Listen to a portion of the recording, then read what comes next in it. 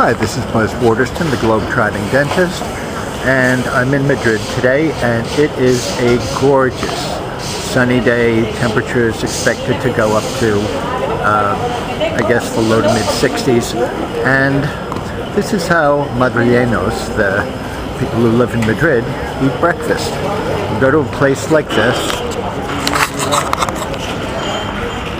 okay? And breakfast here really usually consists of something like a croissant or another kind of pastry, maybe some café con leche, and it's a very simple affair, but very often a social affair.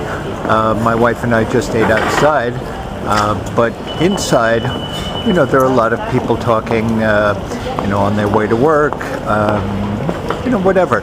It's very nice, but breakfast is not a big deal. You will not see people eating McMuffins here. So today's dental tip is, it's kind of something discouraging. About 2 weeks before the taping of this, there was a woman in Italy, an elderly woman, who died of Legionnaire's disease. And they traced the Legionella bacterium back to her dentist's office. And I don't know what methods her dentist was using to disinfect his equipment, but the equipment that's used to deliver water, for example, for the water spray for the handpiece we use, which you, of course, poetically refer to as a drill, water that goes to the Cavitron, the ultrasonic device that removes tartar from your teeth. Well, that water goes through yards and yards and yards and yards of very thin tubing. And tubing collects bacteria. It's called biofilm. The thinner the tubing, the larger the cross-section of that tubing consists of bacteria. So about a year ago, I got trained in using ozone. I'm one of about 10 dentists in Pennsylvania to have done so. And one of the things we did the first day is we ran ozonated water. That's water with dissolved ozone in it. We ran ozonated water through all the tubing in every treatment room. And the way we did this was we converted from using tap water to go through our treatment water lines to using what's called a closed bottle system.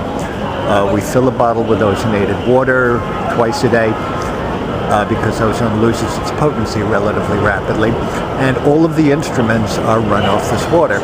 So at any rate, the first day we did this, came back the second day, you know, left the ozone in there overnight, and of course it gradually lost its potency overnight, but while it was active, it did an incredible job of killing bacteria. So we drained the lines the next day, and now before this we had been using the manufacturer's recommended once a week disinfecting tablet and running that through the lines, just like we're supposed to do. Well, you should have seen the disgusting crud and biofilm that came out of our lines the second day.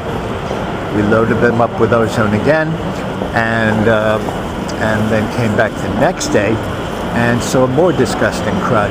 So I really can't, I'm not an expert in this, I can't speak to you on the safety of dental water unit lines that are cared for as the manufacturer recommends.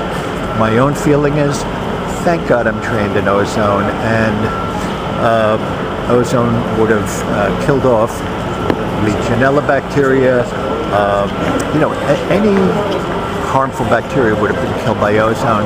And the fact is that we don't know if this is harmful to the average person because, you know, you're exposed to bacteria when you drink from a water fountain, when you use ice from an ice maker. So it's really something, you know, I can't pass judgment on. What I can tell you is our water unit lines are as safe as we can possibly make them. And I think it's really important that people who watch this video start pressuring their dentist. Don't pressurize your dentist. You know, they hate when you do that. But start pressuring your dentist to learn about ozone, use ozone in the office. I think it's a tremendous addition to our office and a tremendous safety addition. So this is Buzz Waterston, the antibacterial one, mispronouncing my way through Spain and yet communicating somehow. And I hope you're having a great day.